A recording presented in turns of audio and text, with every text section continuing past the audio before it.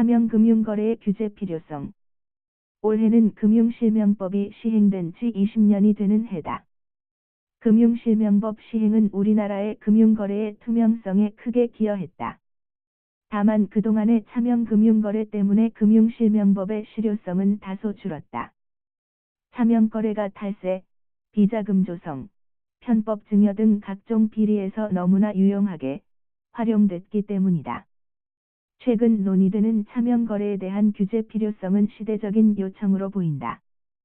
금융실명법은 금융기관은 거래자의 실명의로 금융거래를 해야 한다고 규정한다.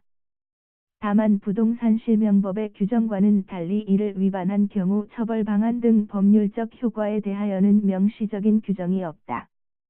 금융실명법은 본인 동의 없는 금융거래 시 최대 500만 원의 과태료를 부과하지만 합의에 따른 차명계좌 개설을 금지한 조항은 없다. 사실상 합의에 의한 차명계좌를 인정한 셈이다. 이러한 입법적인 미비함 때문에 차명계좌 문제는 결국 사법부의 법률 해석에 따르게 됐다.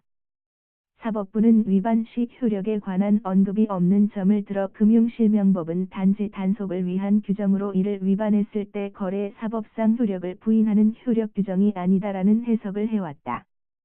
이러한 법리 해석이 타당한지는 변론으로 하더라도 이로 인해 차명거래가 양산된 점은 부인할 수 없다. 탈세를 위한 차명예금 계약 등 비자금 조성이나 탈세 등에 있어서 차명거래가 합법적인 도구로 전락하게 된 것이다.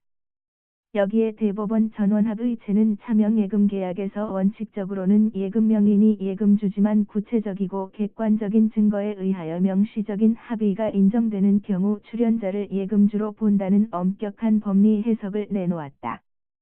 이러한 법리 해석은 아이러니컬하게도 오히려 금융실명법을 위반한 자가 법의 보호를 받는 황당한 경우를 발생시킬 수 있다.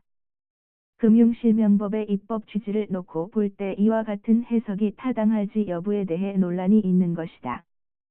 현재 시행되는 법을 통해서도 차명거래에 대해 증여 추정에 의한 증여세 부과, 범죄수익은닉규제법 등에 의하여 규제가 불가능하지는 않다. 다만 집행의 실효성 측면에서는 다소 문제가 있다. 증여 추정이나 범죄수익 환수 등은 많은 시간과 엄격한 잣대가 필요한 점을 고려하면 차명거래에 대한 새로운 규제는 절실하다. 현재의 차명거래 규제에 대한 논의는 시의적절한 것으로 보인다. 민주당은 차명거래 위반 시 3년 이하의 징역에 처하는 법을 발의했다.